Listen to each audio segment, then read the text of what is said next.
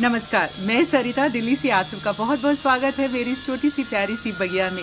आज मैं एक ऐसे प्लांट के रिपोर्ट और उसके केयर और उसके बारे में पूरी जानकारी लेकर के आपके पास आई हूँ, जो देखने में बहुत ही खूबसूरत है। हर एक गार्डन में मुझे वो दिखता है, पर उसके बारे में जानकारी बहुत सारे लोगों को नहीं है। ड्रेसिना फैमिली का ही वो प्लांट है और बहुत ही खूबसूरत, हर ड्रेसिना प्लांट की तरह है। इसका नाम है ड्रेसिना विक्टोरिया, जो बहुत ही इसकी पत्तियां खूबसूरत होती हैं और पत्तियों का जो आकार होता है वो कॉर्न की तरह, यानी मक्के के पत्तों की तरह होता है, तो इसे कॉर्न भी कहा जाता है, कॉर्न प्लांट भी कहा जाता है। इसके अलावा इसे ड्रेसिना फ्रेगनेंस भी कहा जाता है। तो आज इसी प्लांट के बारे में पूरी जानकारी आप सबसे मैं शेयर करने वाली हूँ। कैसी मिट्टी तैयार की जाती है, हार्डी प्लांट है, कैसे इसको धूप चाहिए और कैसा पानी चाहिए, कहाँ इसे रखना है, हवा वगैरह। तो चलिए, उसकी मैंने पूरी तैयारी की है। मैंने कुछ दिन पहले यानी 5-6 महीना पहले एक प्लांट कटिंग से ही लगाया था और मैं उसे भी आपको दिखाऊंगी। और आज भी मैं एक कटिंग लेकर के आई हूँ और मैंने कहा कि आपसे उसे शेयर करती हूँ। तो साथियों, सबसे पहले हम मील तैयार करते हैं। ये है वर्मी कंपोस्ट 1/3, ये है कोकोपीट 1/3 और ये है रेतीली मिट्टी 1/3, जो मैंने किसी गमले से निकाली है और इसे बिल्कुल सही कर लिया है। इसमें अब मैं डालूँगी फंजीसाइड। साफ का फंजीसाइड है, ये ज़रूर मिक्स करना चाहिए। बसंत के दिन आ गए हैं और इसके बाद इसमें हमें बोन मील ज़रूर मिलाना है। बोन मील इसलिए क्योंकि ये जो प्लांट है ड्रेसिना विक्टोरिया, इसे कैल्शियम युक्त खाद की ज़रूरत होती है। इसे कैल्शियम बहुत चाहिए और इस तरह के हार्ड स्टेम वाले जो प्लांट्स होते हैं ना, टहनी नुमा, उसमें बोन मील ज़रूर मिलाना चाहिए। और अब मैं मिला रही हूँ नीम खली। फंजीसाइड हालांकि मिलाया था, लेकिन नीम खली भी मैं मिला दे रही हूँ सेफ साइड के लिए। और अब इसे सबको मिक्स कर लेना है। ये मिक्स करके हम ये बिल्कुल मील तैयार कर लेंगे और उसके बाद इसी बीच में मील तैयार कर रही हूँ, मैं मिक्स कर रही हूँ बहुत सॉफ्टली। इसे बहुत अच्छे से सारी चीज़ों को एक दूसरे में मिक्स करके और थोड़ी देर के लिए इसे छोड़ देना होता है। अगर हाथ से हम मिक्स करेंगे ना तो और ज़्यादा अच्छे तरीके से मिक्स हो जाता है। कोई इसमें कोई गांठ वाली चीज़ रहने की गुंजाइश नहीं रह जाती है। अब ये मिक्स कर रहे हैं, इतनी देर में आप सबसे मैं गुजारिश भी कर लेती हूँ कि भाई सब्सक्राइब कर लीजिए प्लीज़। और ये वही वाला प्लांट है, देखिए इसमें मैंने होल कर लिया है, पर्याप्त जितने होल की ज़रूरत होती है। और ये कटिंग मैंने निकाली है। ये जो मैंने कटिंग निकाली है, ये देखिए नीचे से कम 8-8 इंच की 2 कटिंग मैं इसमें से निकाल सकती हूँ। बट मुझे बहुत ज़्यादा पौधा नहीं लगाना है। ये देखिए, पहले नीचे से मैं 8 इंच की एक कटिंग निकाल लेती हूँ और सिर्फ कटिंग बगैर पत्ते की भी मैं लगा के आपको बताऊंगी। ये देखिए, ये 8 इंच की कटिंग मैंने निकाल ली है और इसमें ऊपर वाले में ये कम से कम जो है हमारा 10 इंच की टहनी है और ऊपर पत्ते हैं। मैं चाहती तो पत्ते और निकाल सकती थी, पर नहीं निकालूंगी मैं पत्ते, क्योंकि इसी तरीके से मैंने पहले भी 8-10 महीना पहले एक प्लांट लगाया था और वो बहुत अच्छे से चल रहा है। उसे भी मैं रीपॉट करके आपको दिखाऊंगी।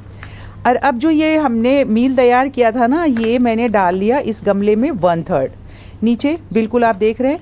1/3 डालने के बाद ये पहले बड़े वाला स्टेम जो है वो लगाऊंगी।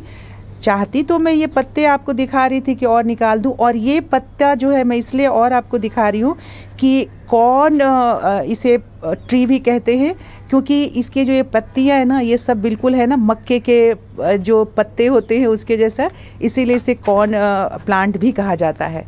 अब मैंने इसे इसके अंदर डाल दिया। अब मैंने उठाई टहनी। जब ये कटिंग हम लेते हैं, सिर्फ कटिंग लेते हैं, तो हमें ये पता होना चाहिए कि नीचे वाला पोर्शन कौन सा है। नीचे वाले पोर्शन को देखिए, थोड़ा सा मैंने खरोच के खाली कर दिया, क्योंकि बहुत हार्ड होता है। ऊपर की जो स्किन होती है ना इसकी, बहुत हार्ड।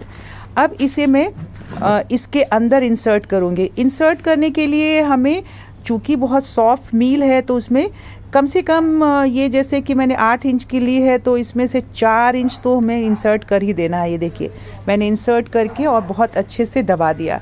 उसके बाद जो ऊपर वाला पोर्शन था उसमें मैंने फंजीसाइड लगाया।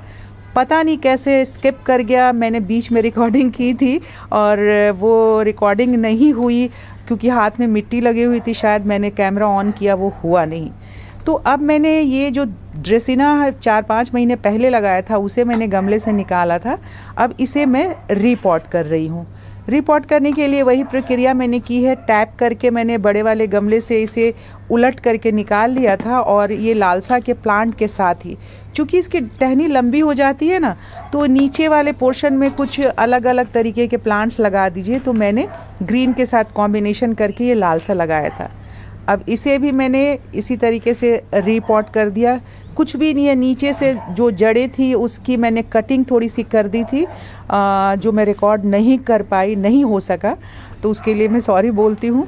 लेकिन आप सब समझ गए होंगे, गार्डनर हैं, जो रिपॉट करने का तरीका पता होगा आपको।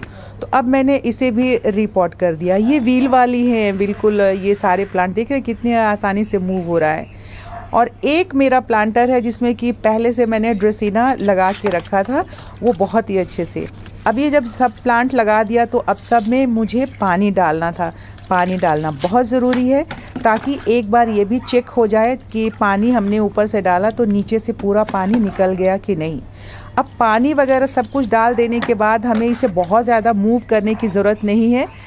इसे कहीं एक जगह किनारे में आप रख दीजिए। अब इसके बारे में नेचर थोड़ी सी जल्दी से हम डिस्कस कर लेते हैं कि इसका जो नेचर है वो ये है कि ये सेमी शेड में रखने वाला प्लांट है, अलग ड्रेसिना की तरह, और इसे वैसा ही चाहिए। पानी बहुत ज़्यादा नहीं चाहिए।